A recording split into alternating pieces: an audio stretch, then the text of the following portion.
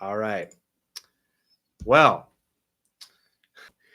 welcome everyone to Merlin the Mighty podcast. I've got a certain special guest with me. This is Gimli, and I'm gonna turn this off so we won't be distracting ourselves. With getting in love with our lovely faces here, but testing out the new webcam. Well, it's actually I've had it for a while, but basically, okay, a while back, Gimli, I suggested that maybe something we could do for the channel is maybe go through Stargate a little bit and maybe go through the episodes or the seasons, maybe do some Stargate videos. And it didn't really ever materialize. But to maybe get started on doing some more videos like that, I thought it might be nice to do kind of like a laid back podcast. We just got done watching 3 episodes. We watched one from season 1, two from season 2, 2 from season and then 2, 1 from season 7. So we got a little bit of a reminder of what the show kind of is like as it progresses. Now, I know that you're a Stargate fan, and I am as well. And I really haven't talked about it too much on the channel, so I figured, what the heck, we'll talk about it here now. So just a little bit of background for you people out there that might not know. Stargate SG-1 and its spinoffs are based off of the movie from the early 90s, which is basically these people find this artifact, which is, guess what? It's a Stargate, which you can use to travel through the galaxy to different planets. And there's this character, Dr. Jackson, who nobody believes his theories that aliens came and populated the planet or whatever. And of course, the military finds him, was like, hey, you understand all the ancient Egyptian stuff. Maybe you can get the coordinates. And he meets Colonel O'Neill, who was Kurt Russell in the movie, and they go off and they find out that there were, in fact, ancient aliens that came to Earth, and they did drop us off here, but they were also evil, and they have other humans that they've enslaved, and so we go there and save those people, start a rebellion, and and that's kind of the impetus for the show, is that those characters come back and go find more worlds and fight the bad guys again and learn more stuff, and really, the show kind of follows a lot of those exploratory sci-fi things, kind of a lot like Star Trek, especially those early seasons. It's like we go to a planet, the planet has this race that's doing this thing, and there's kind of a moral about technology, and it's like after that it kind of develops its own. Though I'd say the one thing that SG-1 probably has over something like Star Trek is it's much more, because it's a little closer to like our time period. It's more. It also has that heavy like military base. Like you get that sense that, okay, this could be a group of people in the military that are going to do this. So I've already talked enough. I'm going to hand this over to you now, Gimli. Well, I'm curious, man, because I don't really know what kind of got you interested in Stargate SG-1 in the first place. What drew you into it? My dad actually watched it on TV, and being that it came on like 7 o'clock at night, being like middle of the week, nothing else was on TV. And I watched it and I enjoyed it. So I kept watching the episodes and all that, and I liked it. So that's that. Yeah. Had that nice sci-fi feel. Yeah. Sort of more that current, sort of that it could be real. More of like this is a potentially could actually be happening. It's much closer to the now. Unlike Star Trek, which is just far-flung sci-fi. We're not going to get there. I'm going to be long dead by then. That's like we hope that we'll get there. That Star Trek will essentially become real, but SG-1 could be happening now, for all we know. Right. So it's hopeful, but SG-1 might actually be how it is now. We can kind of see it. So I agree. My experience is probably about the same. I remember seeing it on TV sometimes, but not getting drawn into it immediately. Like, I liked the movie a lot when I was a kid, and I remember, actually, this might be interesting, I kind of was a bit resistant to the show for a while because it was so unlike the movie. Like, the movie had like this very dark tone, was very serious, and of course it was a big budget movie. the show is kind of a little campier, a lower budget. It doesn't take itself quite as seriously at But first. then again, you get through the first like 3 seasons, and it does. and the budget for it is dramatically better. Yeah, it definitely does get better. But I remember that when I first started watching it, it seemed very jarring. So it actually took me a while to get into it. But over time, it was actually my mom that was really interested in the show, and she kept like getting the seasons for the DVDs. She would actually just have them on a lot, and I would find myself just kind of being there watching them sometimes. And I ended up watching so much Stargate SG-1 that I kind of began to like it. Like I kind of knew it, and so I've always kind of enjoyed it. I've got a bit of an attachment to the show as well. Well, I think the next step might be to talk about what I think the most endearing part of the show may be, and that's the characters. Yes, the characters. We'll start us off. Gimli. How do you feel about MacGyver himself, Mr. Colonel O'Neill? So you may hate me for this. Oh shoot! I didn't really like O'Neill in the movie. You don't like Kurt Russell? No. What? But you like Kurt Russell. I know you do. I do. Oh man, this is sacrilege. I didn't really like him playing as O'Neill in the movie. Okay, why's that?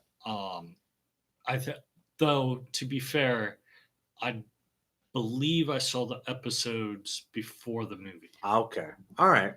But and doing so, I thought that he was maybe a bit too rough, stiff around the edges. But I will admit, Kurt Russell in that movie doesn't have too much personality. He's just sad, angry. He has like one line or two. But Richard Dean Anderson is much more fun. Yeah, definitely. Sort of that open-ended type feel. Yeah, I will say one thing. Of all the characters from the movie that are the most iconic, I feel like I don't think people really remember Kurt Russell's O'Neill that much from the movie. I think if anyone said O'Neill, it's probably Richard Dean Anderson. Oh yeah. You know, he kind of makes the show, though. I will admit I haven't watched a whole lot of MacGyver, but I suspect his performance is very similar to that character, though. I have a feeling. That's the only thing about it I could complain is like I do like the character, but I think he is kind of MacGyver in the situation, except without the doohickeys and gadgetry and stuff. But similar character. Not that he can't be serious when he needs to be.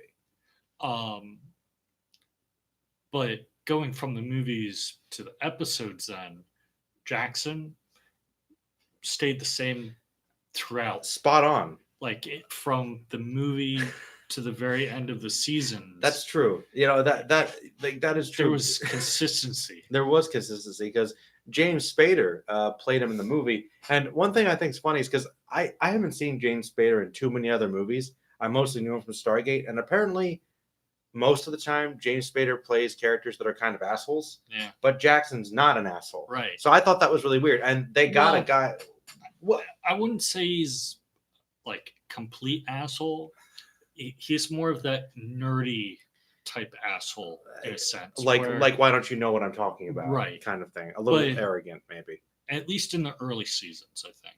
Okay, well, he does develop. Yeah. But I like the fact that they obviously cast a guy that looked like the guy in the movie and acted a lot like him. Right. Like they kept that character the most the same. Yeah. I think he's the one component that transferred directly from the movie into the show. Yeah. And the Gould. Spot on too. Yeah, like even the he looks almost like him. Like I remember as a kid watching him, and I didn't know actors' faces quite as well. I'm like, oh, they got is that the same guy from the movie? And of course, it's not, obviously. But as a kid, I was fooled for a little bit. So he did a good job, actually. I think. So main character wise, continuing on, I'll save the Gould for later in the cast. Future section for the cast. We're semi-organized today. I'll follow the script. Wait, there's a script. Don't tell them this. Oh shit! The camera up there reveals it. Plot twist. So going with Sam, probably I would say probably almost the one that holds everything together in a sense. Really, like cast wise or character wise? Like maybe a bit of both. You think so? Because Sam is the technology and the military combined. Mm. So she sort of bridges the gap in between Jackson and O'Neill. So when Jackson says something math, O'Neill's like, what?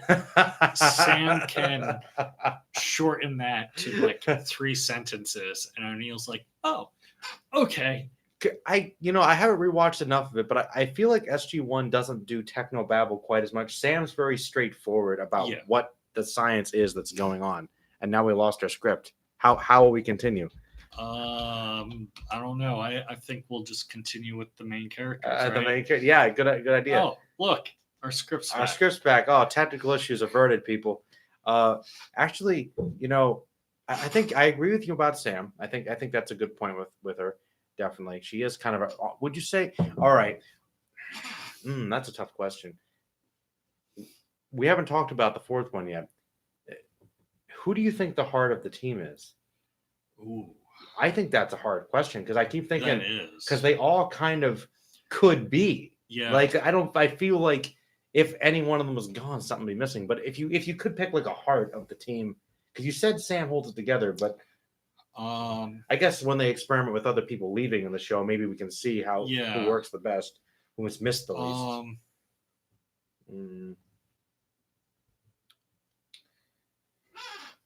That's a tough question. That I know. is. I didn't. I just thought of it now. That's a tough. I don't. I think if you lose one, there's always that like suffers something that doesn't click together. Yeah, that's true. And I guess that can kind of feel that in later seasons sometimes. Yeah. But that does lead us to our fourth main character, which is Teal'c. Yes. Now, all right, I wonder, is Teal'c for these kind of shows obligatory? Do you have to have your alien stand in your Spock? You got to have your outlier like a Data.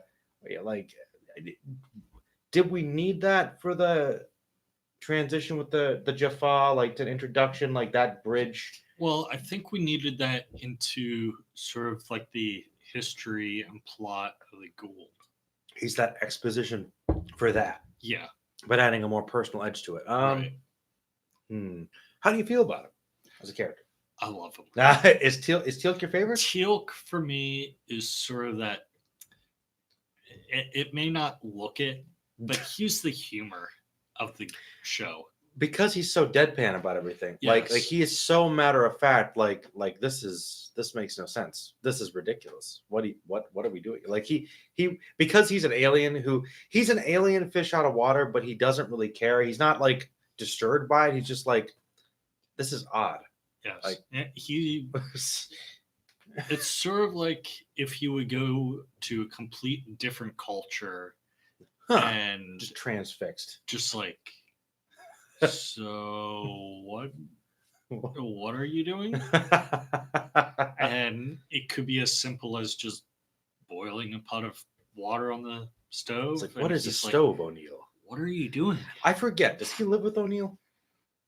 I think he lives on base. Does he live on base? I thought he moved in with O'Neill as a roommate. Maybe at one point. Maybe. I know they watch movies together sometimes. Yeah, so we got to rewatch more of the show. We're going mostly off memory here. But Teal'c is pretty good. Though, all right, I'm going to go into a minor nitpick here. How do you feel about his head?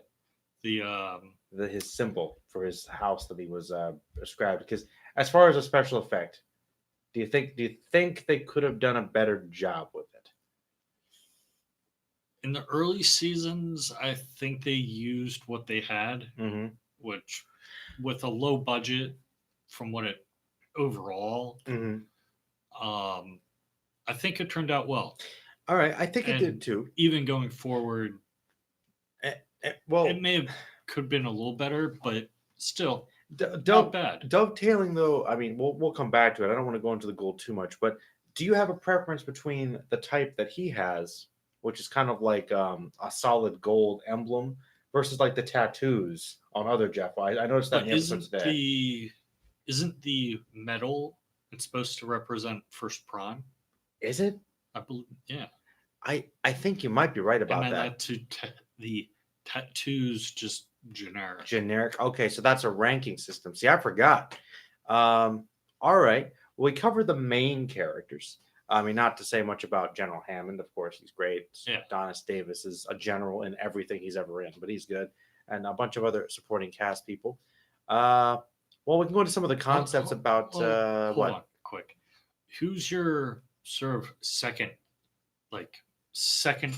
rate, in a sense, character? Second-rate character? Like, not your main character, but your second.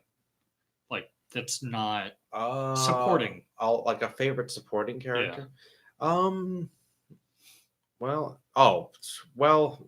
that actually is tough because there's a couple. There's Sam's dad. There's the evil senator guy.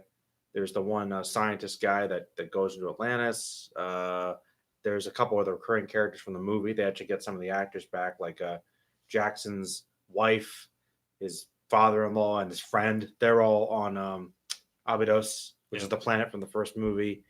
There's there's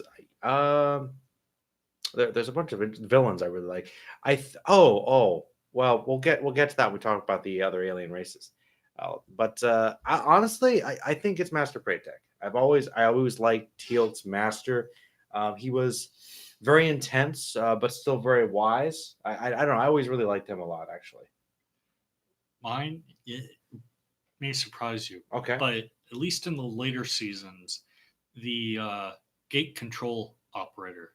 That guy? Yeah. Really? Yeah. Why do you like the guy so much? He has an important role, and he has subtle like one-liners that you're just like, he really just said that? Oh my, that's awesome. That is awesome. Yeah, gate control is important. Actually, we'll talk about the later seasons. We'll talk about the other characters that come in later because that's kind of a whole different conversation, I think. Yeah. Like seasons 9 and 10. Well, let's talk about some of the concepts around the show. I think primarily, like most sci-fi, the technology that's based on the story. So, I mean, I think one of the main draws of the show is the concept of the Stargate itself. I mean, it's such a simple idea, like a gateway to other stars. You can explore other planets.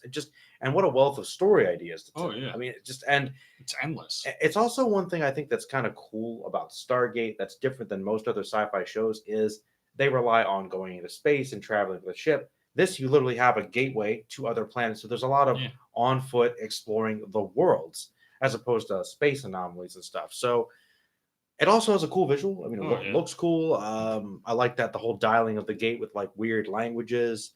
I like that. Oh yeah. And it doesn't just the Stargate itself. It's also stationary. Like you can do stuff around it, and it's just not like constant travel. True, it's not. It's not, though. I like how they play around with the Stargate later on. Like you'll have Stargates like, what happens if we turn the Stargate over, or the Stargate's like in this position, or we have big Stargates in space where you can actually have ships go through. Like it's funny. It starts with just a simple idea, and then they play around with it a little, and just adjusting the Stargate a little bit could have some fun consequences. Like literally, I'm just picturing just keeping it in space itself. Keeping it in space itself opens up a lot of possibilities. And multiple Stargates. Like there's a plot point we find out there's more than one. I think the Stargate gets stolen at some point. At some point, yes. So I mean, there's a lot of fun things about that in the simplicity.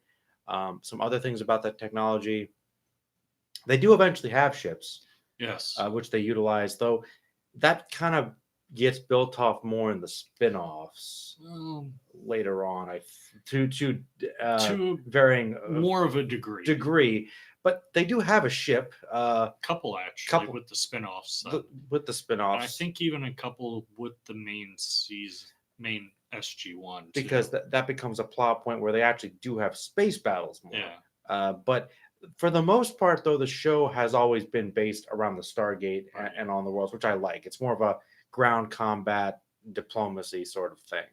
So that's kind of one of the main draws is that most of the time it's planet missions. Yeah. And Star Trek lingo, basically. How do you feel about the technology of traveling through space and encountering advanced technology that are mere simpletons that we can't understand. right. I like it. I think it's kind of classic sci-fi stuff. I mean, of course, a lot of it's kind of cheesy. Some of it's stuff that's been explored before, but yeah, Stargate really plays around with literally a lot of times they're trying to figure out more about the ancients. We'll talk about all this technology they don't understand, and 9 times out of 10 they get involved in literally 2 episodes you watch. They get plugged into something they're just looking at, and it messes with their minds. You got virtual reality, you got time travel, you've got augmentation of cybernetics. You got all genetic stuff. I mean, you got literally. Yeah. I'm pretty sure as long running as it was, like most sci-fi shows, Stargate touched on all the big ideas about technology. So, yeah, I mean, I like it. I think diseases diseases. And stuff. Some there's stuff about agriculture. A lot of class stuff about how technology can really divide people and destroy civilizations. Yeah. Heal people. Medical sarcophagus. Oh, yes. The sarcophagus that the gold have, I love those things. That stuff is awesome. I always thought that was cool and ironic. You've got this idea about, the sarcophagus is basically the grave for the afterlife, and you go in it heals you and basically brings you back to life. Like that thing, talk about regenerative healing. We need that. Like that's some intense stuff. So yeah, no, that's very good. I really like, especially when it comes to the Gould, who are like the primary technology around the Stargate. We see it with the ancients, and even they aren't the creators, right? That we just see them use it the most. But that design, I guess, the ancient technology that Stargate basically is, I like the design of it. I like the whole. It's almost like it is metallic, but it's almost carved out of stone, like it's trying to be Mesopotamian, Egyptian. Like it seems ancient, but ancient gods. It's like you're looking at a stone structure or something that could almost have magical properties. Yeah, that could fly. Yeah, like literally, that's what it seems like. Like it shouldn't make sense. Giant pyramid ships. Yes, they're giant pyramids that somehow travel through space. It's like this shouldn't make sense, but it's technology we don't understand. So maybe so it just the design, just aesthetically how it looks, I always thought was cool. I always liked how it looked. So yeah, that's how I feel about that technology.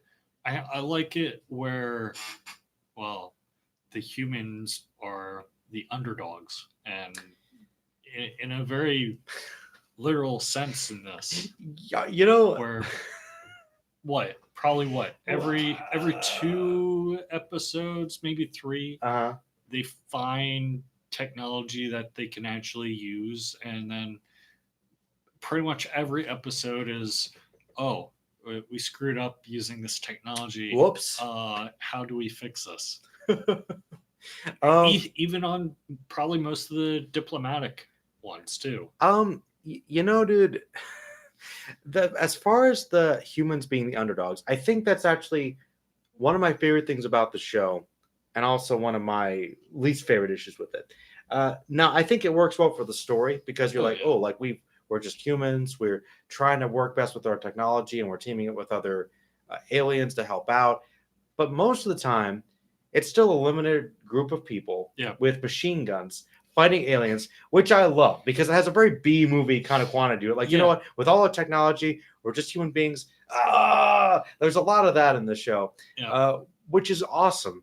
But it always kind of made me think it's the military. It's the military, and that was always one thing that kind of it's kind of bugged me, is that are the heroes of the show that's representing humanity is really just maybe a ragtag of like a military unit. Like if we had more soldiers involved, more people on Earth that were actively involved and knew, I think that could have taken it in more interesting directions. We always have it limited as this secret thing the world doesn't know about. Yeah. And even other aliens are like, well, we're working with humanity, but like, no, they're not. They're working with a small controlled unit of humanity. Yeah. Which does get fixed later in the episode seasons and stuff, but for a long time, that always kind of bugged me. But still, I like that it's just a bunch of army guys in an alien world fighting with machine guns, like 9 all the time, even with all the technology. There's still so much of that. And it works. It like works. they just walk through a small village with their guns out, and the villagers are like, "Who are they? Yeah, What like that's is going on?" that's another thing Like, too. That's very different about. I feel that they would be a little bit more alarmed, but then again, I don't know. They do have freaking Stargates, so That's they may true. get travelers like this all the time. Which is another difference to take into account here is that it's not Star Trek where the rules have been established like a prime directive. You're right. We're just exploring. We're just gonna walk into this village. Hey, we're from out of town. Tell us about your Stargate, weird alien village. Like it feels sort of sci-fi western in a sense, like that Wild West vibe. Some cases there are some episodes where it is even like they come across societies that are kind of like Wild West area. Oh yeah. Too. So there is kind of a Wild West, but specifically the Manifest Destiny, exploring the West, exploring the unknown, it's the frontier. You got a lot, and of course, since it's like filmed, I think in Canada, a lot of hiking around in the woods, camping out, so it does kind of feel like that, which is fitting for the themes of the show. So weapons, I guess. Weapons, I just want to talk about specifically because, look, the weapons in Stargate are guns, gunpowder, specifically, mostly guns, mostly bullets, but some of the alien weapons, particularly the Jaffa staff. Okay, it's a cool weapon. It's also stupid. Are they compensating with it? They are definitely compensating for something. Well, and I know that was subtly, but they're penises. They're straight penises. The Goa'uld are insecure about being what they are, and so their way they dominate other races is with a giant penis that shoots people. But don't they choose the best host? Theoretically, they do. Sorry, we're getting a little ahead of ourselves here. But we're crossing into the next section, so it's okay. That was the main weapon I wanted to talk about. There's also the little one that disintegrates people on the second blast, but it's whatever. There's alien. It's fine. I thought that was third. The first one stuns. They're stunned. Second one kills and then disintegrates. So it's like a phaser, but is it how many times you shoot them? Yeah. Okay. Yes, there's that gun, which is cool, I guess. But which could be very flawed too. Yes, because I think Michael Shanks mentioned that in a con once. Somebody shoots once. Okay. Well, he could just be knocked out. Oh, he's dead. Okay. Next guy comes along. Boom. Oh, he's gone. Oh. Yeah, he had the codes. Yeah. Not the best design choice for all your needs. But very cool weapon. Very cool weapon. Those are the ones that come to mind the most. And of course, all right. Basically, the enemies. All right. We're going to talk about the Goa'uld or the Goa'uld or the Goa'uld, depending on how you want to pronounce it. What was the one weapon that they used, which was literally like a I can't remember who they were fighting, but it was literally they fired it and everything just stopped. Do you remember that one? I don't think so. What, did it stun everybody? I don't remember if it stunned everybody. It's been a while. Well, I'll tell you what. If we figure out what it is, we can look it up and link it. Or we can search for it now. I mean, hell, it's our podcast. See if we can find it. It was literally sort of a galactic size weapon, if I remember right. Like sort of like Death Star almost. Oh, it's their version of Death Star. Okay, they got a list of the Stargate weapons. So let's see if you can find it. I'm going to the Stargate wiki here. Stargate command. Do any of these? I remember it was big. It was a big weapon. Okay. Yeah. Projectile. Wait, what? Oh, go back up. What? It was it the ion? The drone? Wait. The drone weapons are pretty cool. Horizon? Atom Asgard plasma beams. These are ridiculous. Those were pretty cool fighting replicators. Replicator disruptors, biogenic weapon, the mark. So many actual guns that exist. It may have been when they were fighting Anubis. Probably. Well, there's so many on here. Yeah. I'm sure it's in there. But in any case, look how beautiful we are. Looking at us again. I'm gonna fix my hair again. Yes. The Gould. the Gould. It took me years to learn how to pronounce that correctly. Gould? The Gould. Like because O'Neill says the Gould, but they're the Gould. And then like I think the Gould. The Gould. Like it's just they're just so however you choose it. Yeah. They're the bad guys. They freaky voice people. They talk like this when they want to know that their host is in control of the body. Eyes flash if they're evil. Like if that's probably the thing. I think the Gould are some of the most evil like bad guys on television. Yeah. Like you're just like, wow, there's no subtlety here whatsoever. Like almost cartoonishly comic book evil. Yeah. Like they're so evil for no reason. They're just bad people. They kind of they're that people. Honestly, they kind of reminded me of the Hutts.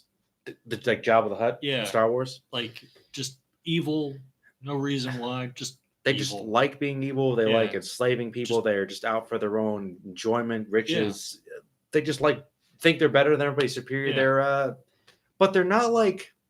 It's not like superiority, like they're wanting to purge people. They just think they're better than everybody and like deserve it. They think of themselves as gods, like they pretend to be like the Egyptian, Norse gods and everything. So, well, not so much Norse. I think not the Norse ones, but like the Egyptian ones, Egyptians, Chinese, most of them. Yeah, most of the major religions other than Norse mythology, and well, I guess which wasn't mythology in a sense with Stargate, which we'll get into. But that is sort of the ongoing theme: is that mythology and ancient religion kind of had a connection to the truth, is that they were all alien races. So fun theory.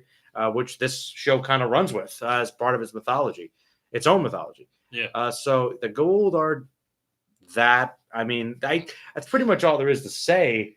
But they get a lot of out of those characters for a long time. Oh yeah. Apophis was the main guy. Well, actually, no. Technically, in the movie, it was Ra, who was a great villain. Oh yeah. I really wish they would have kept with some of those hosts occasionally. What do you mean? Because remember, Ra was that weird. Oh yeah. Okay, like, that was beast. That was a thing that was kind of retconned, I think, from the movies to the show. See, in the movie, they show what Ra's true form is like. His host was actually like that weird monster, like that alien. It was a. It looked kind of like an Unas, kind of. But you see his true form. They did go over it in one of the episodes. They did, but they show that he had another host. But this is before in the show where you realize that the Goa'uld are actually worm, snake, things that take over people's body. Larvae. They're body snatchers, Animorphs people, Yerks, like literally that the thing. Snake people control your mind. That's what they are. And they kind of didn't have that in the first movie. Then I guess they retconned it. I will say this. The Goa'uld were cool villains, and they're like the main ones for the show for most of it. But there's one thing the movie always did better than the show, and it's purely a budget thing. Ra's henchman looked awesome. Oh, yeah. Like he had the bird guy and the jackal. The jack. Oh, like when that's actually one thing about the movie I love is like the first part where like the one, I guess Jaffa is attacking all the men and all the soldiers in O'Neill's team and taking them out. And it's scary. It's like a horror movie. And then it has a claw. And then they just have the shot of the claw, and then it's the guy's looking up, and then the camera pans up, and then you just see like because this was like combination of practical effects and early CGI, like for the 90s, and in the dark to see this robotic jackal thing over this guy's head and these eyes like glowing blue or something. And he's just like, like in some weird language. And like, they looked awesome. Like those costumes, whoever designed those in those movies, you guys did awesome. And in the show, they you can tell they're trying. Like, I like the snakes, Apophis snakes, but they're not quite, they're never quite to that level. Yeah. But it's fine. But it's just like I just want to shout out that scene because Oh yeah. that Jackal Captain guy was really awesome. But anyway, Apophis was kind of like the Ra of the show For the longest time. for like 4 seasons. I think they killed him in season 4. Spoilers. He was the guy that basically the Jaffa, but he was the gold that Teal'c served. He was the Yeah. main Jaffa. So they kind of had a rivalry because he broke free from that idea. He tried to free his people that were still serving Apophis, and that was whole impetus in the beginning of the show for him wanting to free his people from the Gould. So all the Gould don't necessarily work together too. They actually fight amongst each other, and they have Oh, like yeah. royal houses. So that's kind of one of the advantages, I guess, is the Gould all hate each guess other. Ra sort of kept them all in line. He was like the main guy, and so killing him kind of disrupted that power. right. And And sort of let them have free reign and just war. after that point, and Apophis was the main guy, and then Was it Ball? Ball ever like a? Or was it Anubis? I think Ball was there. He was like he's doing his own thing. He was always like a troublemaker. He's kind of like Loki in Marvel. Yeah. He's more like that. Ball was cool. Ball was the one goal that like never left. Yeah. It was always a problem. But Anubis was the next guy. Anubis had weird He wasn't he a sort of fallen ancient, sort of like, but he was like, wasn't he a gold though originally? Originally a Gould who ascended To another like level, and along with like the ancients, but then was sent back. like he got accepted into the big boy club and was deemed Right. unworthy. He's like Sauron, like literally he's like Sauron. He's like an Yeah. evil sorcerer, dark. He looked Palpatine. He's that evil type archetype. Weird powers, weird magical telekinetic like no stuff. true form and stuff. Yeah. Strange stuff happened like later seasons. Where it gets kind of weird with the more they get into the ancients. But Anubis was a good villain. I did like him. I was talking to you before the podcast. Actually, I think Anubis was a good villain. You had to up the ante, but there was something about Apophis I always liked a little more because it was a little more personal. I guess. Yeah. I don't know why everybody hated him. I don't know. Yeah. He made it personal because of Jackson, I think, right? Did and his wife? Did he kill kid. Jackson's wife? Was he the one that did that? Yeah, I think so. Yeah. It's been a while. It has been a while, so don't quote us on that if we're wrong. But Jackson hated him too. Everybody did. Yeah. He was like he was the main Gould bad guy for a while. And replicators, I guess, are the next sort of big one that comes in. Replicants. Yes, replicators. Replicators. And there's a couple different versions, I believe. Remember? Replicants, I'm thinking Blade Runner. But no, replicants, there are a couple. But I'll tell you this. Replicants are replicators. Wow. Replicators are my favorite villains in the show. Because they don't stop. They just keep replicating. They like when you talk about a force of nature that you can't like. They're just machines. Yeah, like the Gould, they're evil, but maybe you could kind of reason with them. Please, the replicators, they don't care. Oh. They're just going to eat you. They're just going to keep replicating, making them think it's like a virus. You just can't. Just keep doing its thing. You're just resources to them. It's like and I like their design. They're literally like insect cybernetic crab thingies. Yeah. And then eventually they get to the point where they can like make people like models of people. Like Sam got like an evil replicator version of herself. It gets weird. It gets kind of creepy with them.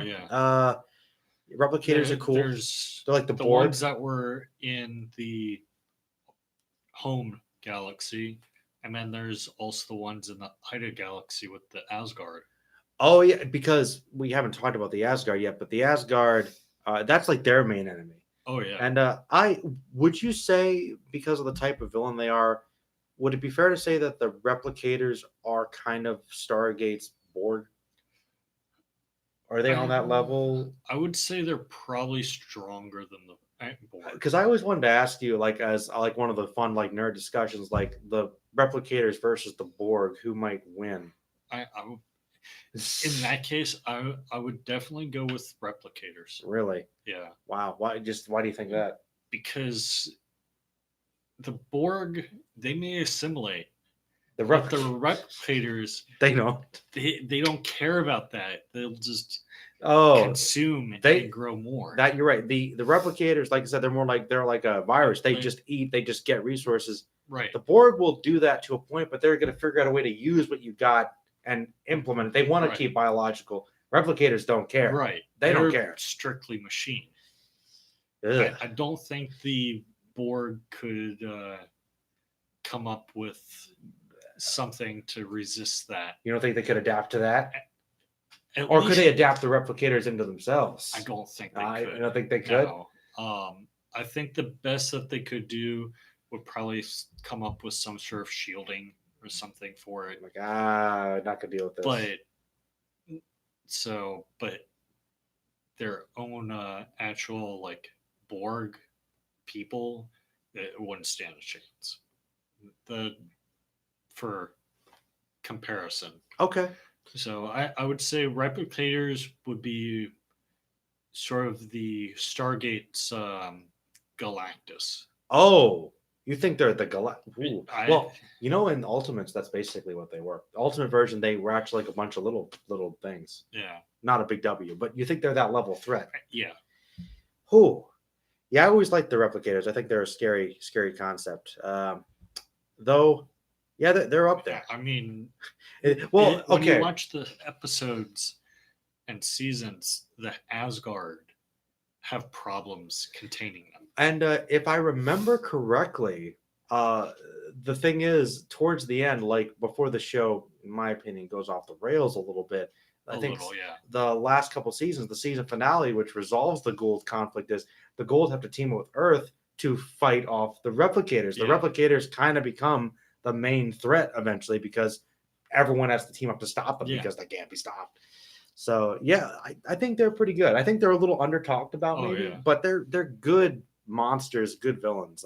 Absolutely, just basic, but very basic. But it works though. I think also it sort of comes to mind with that whole technology too, where it's like the other side of it. Where we're learning a lot about technology. Oh, we didn't think this one the whole way through, type thing.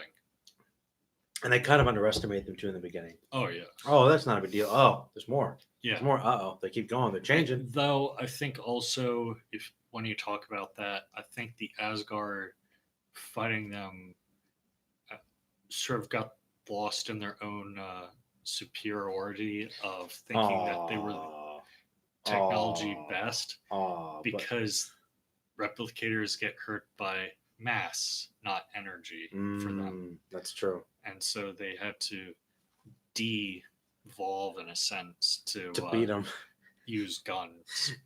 It's just like, well, yeah, they keep adapting energy, so we just have to use blunt force to beat the machine. Yeah, well, sometimes the simplest solution is the best, right? Maybe there's a theme there to take away with. But I had the Ori as the next section, but I've decided we should save them for the later seasons part. Okay, I think that's a whole discussion. But also in any show with humans, you could have always evil humans, dicks. You know, like, and politicians, you could say. Politicians are, you know what? Actually, no.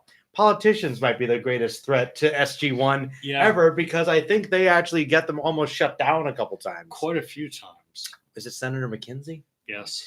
And I forget the actor's name. I love that actor. He was in RoboCop. He was Dick Jones. He was in a couple other things. He was in Star Trek. He played that one admiral. I forget the actor's name, but you know what I mean. Yeah. He's a cool guy. That he plays a senator who is a recurring character, recurring villain, hates O'Neill, wants to get Stargate shut down, wants it like in the open, controlled by privatized, private by civilians. And isn't he involved with that civilian group that tries to? Yeah. So there's like some terrorist stuff there. There's some conflicts that take place on Earth because of that, which is cool. That mixes up the plots in the episodes a little bit. And with that being the Russians. Leading in with the Russians, which, you know, Stargate SG-1, I believe, came out in 97. So this was post-Cold War. But but it was still. But there were a lot of movies and stuff that Yeah. were still had Russians as like the default bad guys in a lot of sense. How do you feel about that exactly? Do you think that works, or is that a little too basic? I think it works, but also I think it's sort of overused too. I, But of it goes well with course, it's the O'Neill. Russians. It goes well with O'Neill's backstory That's right, because he because was he active. was active in the military during the Cold War and served special ops and all that. Gimli, correct me if I'm wrong. Do the Chinese know about the Stargate? Did they find out at some maybe point? at some point I with thought I could have going into Atlantis on that. I could have sworn but- there was like a couple episodes where they were like, you and the Russians know about this. We're not very comfortable with it. If Stargate came out now, there would have been a Chinese character in there representing the Chinese Stargate as politics have changed. But it's weird though, because out of almost all of it, the next major like nationality that I remember was Canadian, of all things. That one doctor. Well, that makes sense because the show was joint American and Canadian production. So I think that might have been a fun little. Yeah, Canada knows about the Stargate too. Of course. Why not? Sure. Canada's cool. But anyways, evil humans, there's a couple different ones. There's a couple of the Goa'uld that sort of make a cult. Mm-hmm. They kind of affiliate and take over some people. Yeah. And try to invade Earth that way. Yeah. Or infiltrate. I think they were in the one episode that they've been around since the Goa'uld left Earth and have been stuck there. Oh, yeah, they've been implanted for a long time. Just senators, just politics. Is that class? Yeah, just typical human villain stuff. Yeah. Which I know we're not selling it, but it really mixes up the episodes of the show. It's not just go to this planet, fight this alien. Like there's a lot of drama. And usually that happens during one of the major villain fights. Mm-hmm. And they have to like have some red tape argument. No, let us do this thing. No, we won't give you permission to do that. We're gonna take it over. We're gonna shut Stargate down. Why would you want to shut down SG-1 now when we're about to have this big invasion? So usually it's happening in conjunction with something else, which makes it seem ridiculous. Like, you were a dick. Stop. So I guess we're going into plot. Just touching a little. Yeah, we sort of did like most of it. Early seasons introduce stuff, carry over from the movies. I think they kept with the plots very well though. Like arc wise, the thing I like is it transcended the seasons. It did. Like, sure, you had like your season plot, but you also had your multi-season plot. Exactly. Like there's stuff that they built up. Like in season 2, we saw. Well, before that, even in season 1, they have the idea of the ancients and trying to figure out who made this technology, who made the Stargates, and that's kind of the series long arc is to try and find out more. Just not even season. I would say it's just full the show. Yeah, series. It's the whole series is about that, and then the first step of that is, hey, meet the Asgard, and then that has implications because the Asgard become recurring characters in the rest of the show. So stuff does build. And it even leads into the final seasons, kind of really touching on who the ancients were. And how do you feel about the ancients? I like them. Well, okay, so I like their sort of like history in the series. I don't like what they became, though, after they've transcended. Yeah. It gets a little. I have mixed feelings about them. All right. I like the ancients because in a show like this about exploration and ancient technology, ancient race, it fits well, and it's a common theme, though. I mean, we see it in a lot of things. Star Trek touches on it. Mass Effect obviously play with it a lot. A lot of even fantasy, in Elder Scrolls, you got the ancient dwarves. Like there's something about that ancient race that they're much older, but they might know much more. It kind of calls into some basic nature about us wanting to find ourselves. It works. The ancients kind of speak to that, and it's like they go into when they find the new technology, and Daniel's like just his mind blown about, here's these star maps, here's all this technology, and usually they can't like find it right away, and then that's kind of something like Atlantis. It kind of leads into more possibilities there. So I like a lot of things about it. But I think it's one of those things where I kind of wish we didn't learn quite as much about them as we do, because I think the mystery is one of the strongest things with that. And you're right. I think we learned a bit too much about them, and I think they get a little cheesy, little bit, when we find out more about what yeah, and even with Anubis, it's kind of like, oh, okay. Yeah. I mean, I see what we're doing here.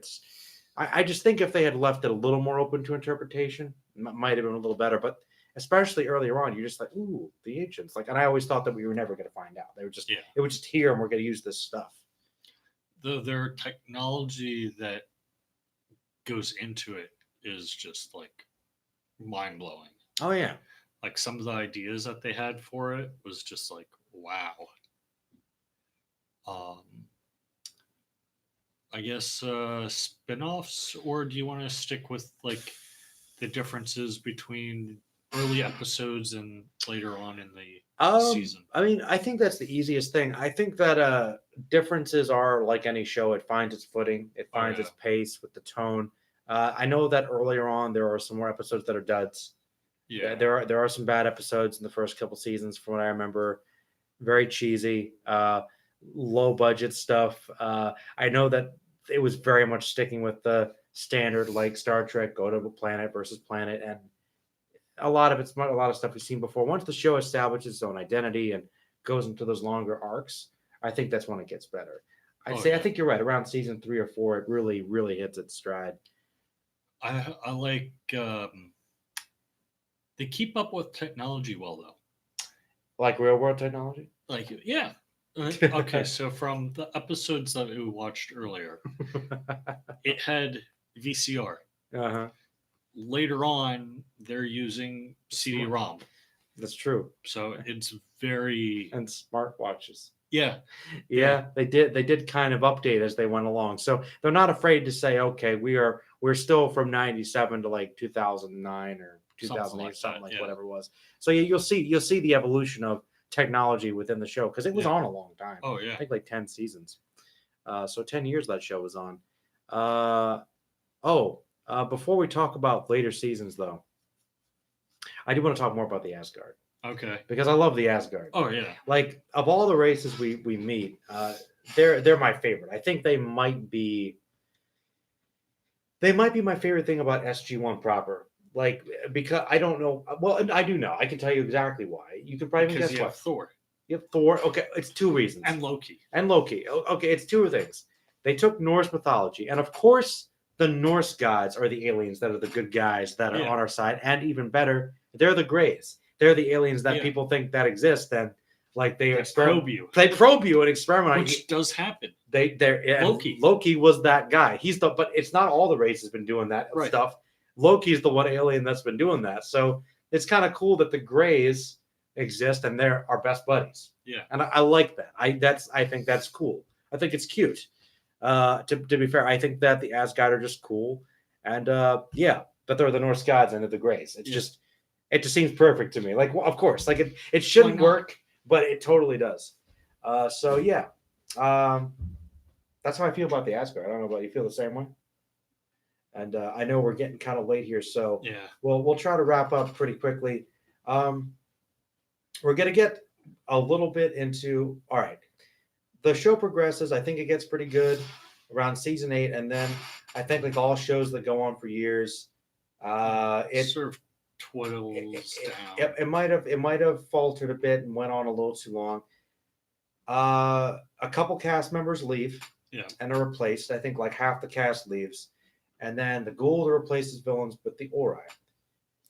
And the Ori, I have mixed feelings. Yes, I think they're threatening, but they're also not threatening. I think they could have done much better. How do you think they could have done them better? I think that the SG-1 and Stargate itself could actually go more into their area, like their galaxy. Like explore more of their stuff. Right. Instead of just being always on the sort of defensive and that. Oh, you don't think we got to explore much of them? Right. being that, so if you're not all that familiar, the Ori were the ascended beings of the ancients. Mm-hmm.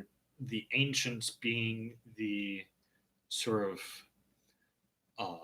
splinter group from the Ori who didn't like What they were doing. what they were doing, so they traveled, and they were the ancients of the soul and the home galaxy. essentially, And then they ascended and sort of ruled over our area, and the Ori controlled their area of that sort of ascended being versus physical reality. and it's interesting too because there's kind of an underlying theme there about the idea of the false god. Yeah. And so the Goa'uld pretend to be gods with technology, but and then the Ori are they're on a higher level of being. So there's a tougher argument about, well, hey, are they actually? It's tougher to disprove that. Right. Which is why I don't know why they don't work quite as well. I think maybe because we don't they're introduced so late. Yeah. It just feels kind of weird. So the ancients, in a weird way, kind of become villains. The Ori, we learn most of them are kind of bad. Yeah. And that's kind of disappointing, actually, in a way. So there's that combined with the fact that just half the cast leaves. I think that the final seasons get a little bit weak with that. But overall, though, before that, I think it's fine. There's a couple spin-offs. There's Atlantis, which I'll admit I didn't watch a whole lot of. It wasn't too bad. Jason Momoa, right? Aquaman fame. Yeah.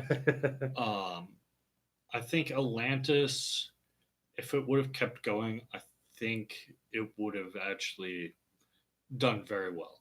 I like the Wraiths. Oh yeah, they were cool villains. But I think they sort of fell into that same sort of problem that Stargate did, where they sort of ran out of ideas too quick. Yeah, a little bit. And then, well, Stargate Universe failure. I'll say it. Stargate Universe was kind of bad. It was bad. I had hope. I know you were excited. I remember when it came out, we were like, "Ooh, this is cool. They're going to use the Stargates to go into like deep space, and it's going to be more like a space show," which normally would work. Yeah, but it didn't. I think what happened was they ended it too soon with the seasons. I think if they were able to get through another season and actually been able to take control of the ship, I think it would have ended better. Because gone better. I have a theory why it might not have worked. That, and I think that actually having aliens, that was a big issue. That was going to be part of what I said. I think that, well, for one thing, having a deep space spaceship show where they're stuck traveling in space and they're marooned there, it's a cool thing. It's a cool concept, and they want to be very dark, very serious. But I don't think that's what people want in a Stargate show. And then on top of that, I think it was like 3 or 4 episodes before there even were any aliens. Yeah. And they weren't even like that big of a deal. Oh, it was even, I would say it was at least 5 episodes. Like, it was just this really serious drama about like these people on the ship like figuring out what to do, and I'm like, it was much more of a drama. It was more intense than the other shows, which I think I'm okay with, but maybe was jarring for some people. But yeah, like somebody gets like trapped on one planet or something. Like it was literally a dark show too. It was very dark. And I remember it seemed cool, but it did not have enough energy. It sort of felt like a mix of Firefly, Battlestar Galactica, a little bit of Trek there. Trek, Stargate, just like a hodgepodge of just stuff. Yeah. And I think they had too much drama too soon. Mm-hmm. And it sort of almost and then sort of like Deep Space Nine, like level of drama. Yeah. and intrigue and infighting and It was just too much. Too soon. Yeah, all at once. like all the characters hated each other like right away. And you're like, Yeah. why? Like they were all at each other's throats. So yeah, the spin-offs weren't quite as good. But well, We're missing one. oh shoot, The anime. the animated show, which I did not watch. I think did I like get that for you or something? You just like gave it to me. Oh yeah, I think I got like a box. No, I think what happened was I think someone, maybe my mom gave it to me or something, and I was like, oh, it's the cartoon. And I think I just gave it to you like, hey, you Yeah. want this? Like, sure. I didn't watch all of it. Even starting from the first episode, I was like, oh no, what is going on? it's in the future, isn't it? Yes. It's like further on. Oh, it is like far future. Oh, nice. So I don't know. Forgot about the cartoon. I don't know if I could Can handle it. like it was at least like 100 years, I think, in the future. Like everybody had power armor Yes. and stuff, and Sounds cool. it sounded cool, but like starting out, there was like no plot, Oh no, like no reference to the show at all. to like sort of wrap your head around other than that. Oh, you have a Stargate and you have ships. Okay. So This cartoon. I would say the cartoon was better than Universe. Really? Yes. Why? At least you had a Stargate and you had references roughly a couple episodes later, and they didn't all hate each other. Okay. Less drama. Okay, a little more fun. Yeah. All right. Well, I don't know if that's a resounding selling for the animation, but I guess it's not the worst Stargate had to offer. Do you ever play the MMO that was out for like a year or something? I wanted to. I but wanted to, never, too. never Yeah. got to it. Yeah, I don't know. I heard mixed things about it, but it looked cool. Yeah. Well, I imagine it's probably still up somewhere. I'm sure there's somebody that has servers up. Fans will always keep that stuff up. Will you check it out if it's up there somewhere? I may check it out at some point. Just to have fun with it. It might be cool. Well, I guess to wrap it up here. All right, we'll switch this around a little because I want to end on a good note. Okay. Is there anything about Stargate as a franchise or the show that you didn't really like? Like anything that bugged you, things they didn't do, things that occurred, characters, plot points, episodes that really bad. I don't know. Is there anything that sticks out? Nothing really that sticks out with the main just Stargate. Mm-hmm. There may have been like little things like here and there with each individual episode, but nothing as a whole. Did you like the fact that in the last couple seasons of the show it became Farscape? Because they had John Crichton and Claudia Black, like they were different characters, but they were literally playing their characters from Farscape in Stargate. And that was probably the only, yeah. I mean, I like those characters. I like the actors, but like But it just was like this literally is trying to be a total. it turned it into a complete different show than Stargate. That was the one, and I think that's always difficult when you just try to like recast people. At least they didn't say that, like it's like, oh, we're gonna have this new character in here, but they weren't the worst. But I think that hurt the show a little towards the end too. Did you check out the movies to finish off the show? They're part of the show, basically. Yeah. They were okay. Yeah. Right. I thought they were okay. I didn't think they needed to happen. But all right. Favorite things. Before we wrap up, like, what would you say your favorite thing about Stargate SG-1 is? Your favorite aspect, your favorite thing. Well, why does it stick with you? We'll get a little more intense. What do you really like about it the most? I think the thing that sticks out the most and probably got this weapon the most famous was the P90. Really? Their weapons. Really? Yeah. And like, where else did you see that weapon? Really? Yeah, I guess it was standard issue for SG-1, wasn't it? Yeah. So I think I liked that it was reoccurring and they stuck with a weapon and just not sort of hodgepodge of weapons. Gotcha. So they had a consistent weapon. That's something you really like about it, huh? Um, That's an interesting fact. I didn't think about it. P90. Okay. I don't know. It's whenever I see it in like shows and movies, Mm-hmm. I think, oh, Stargate. Ah, So, all right. Cool. just the technology, like the science part of it too. I agree. And probably one of the things that gets looked over, the medical part. Yeah, they have them looked over for medical reasons all the time. Yeah. The doctor character is pretty cool actually. Like, yeah. O'Neill does not like the infirmary. No, he has to go in there a lot. Yeah. They send people like they're going out into alien worlds. Yes, they get checked up Yep. all the time. You get checked before you go and multiple times I afterwards. spend a lot of time in the infirmary actually.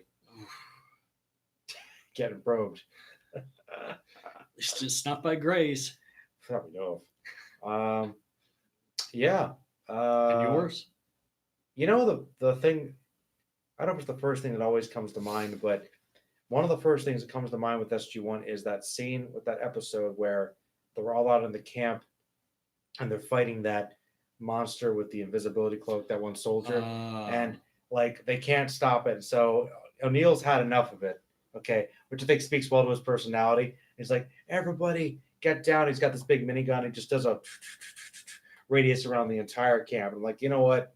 He's gonna shoot all over the place, which is awesome. Oh yeah, but dumb. Yeah, because clearly, if you're going to announce it, then the thing you're shooting at, if you're going to slowly mode into a 360 degrees, he's got a duck or hide or something. You just waste all that ammo, but it doesn't matter because it was a cool scene. Yeah. So I like. Which would have worked really well if it was Kurt Russell. You think that would work well with Kurt Russell? Well, he would have been angry about it, and he would have done it faster. Yeah, I think. So yes, I guess. Yeah, I guess for me, that could be something that is, I don't know, like favorite or least favorite. Is that like I've always seen the movie and the show is like, how do you think they work as entities? Are they separate, or do you think that they're connected enough that it works? Because I think they were able to merge it together well enough that they're one and the same. Okay, even though they seem a little totally different. I guess, man, I guess that is one thing I do sometimes miss about it is the Kurt Russell action stuff. But that is true though. But yeah, I like that. I like the fun there with Richard Dean Anderson. I like the characters a lot. I think it's just a fun show. The humor. Yeah, we didn't talk about that too much, but Stargate also knows it's kind of silly, and pokes fun of itself a lot, which I think is one of the things that saves it. Oh yeah. Like if people put it under scrutiny and said, "Oh, this show is like." Maybe not on the same caliber as some other sci-fi shows, which maybe it's not, but I think the thing that keeps it in the conversation is that they know they're kind of cheesy. Yeah. And they're not afraid of that. Yeah. And they take it seriously enough. And they got a really good, like if you watch it, they had 10 seasons. They have a big mythology, a lot of characters, long-running lore. So Stargate's, I think, got a solid place in pop culture. I liked it. Yeah. I think it needs to be talked about more, and that's why we were talking about it now. Yeah. So finally. So yeah. Any final thoughts, man, before we wrap up here? Not that I know of. Not the well, we talked for a good hour, so that wasn't too bad. I would say, well, you know, schedules are always iffy, but at some point, if we want to try and like go over a couple episodes or go through the seasons and maybe come back to the topic again at some point. But in the meantime, I'd say it was good to have you on a Merlincast again. Of course. Get you on a podcast. It's been a while. Yeah. Like a couple months at least. Since you've been on a podcast? Probably. I know you've been in a couple movie reviews and stuff, but the podcast specific, I don't know. It's been almost a year, maybe? I'll have to check. I don't know. But yeah. Well, I know it's been a while since you've been the sole guest. Yeah. That's been a while. That's a rarity. But yeah, man, thanks for coming on.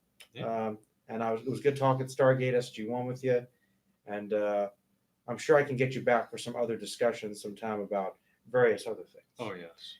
But everybody, thank you for watching, listening to this. I'm going to be signing off here and letting you guys know I'll be putting up some more videos in the future. You can expect in the meantime, there might be another camera up there that we're pointing at.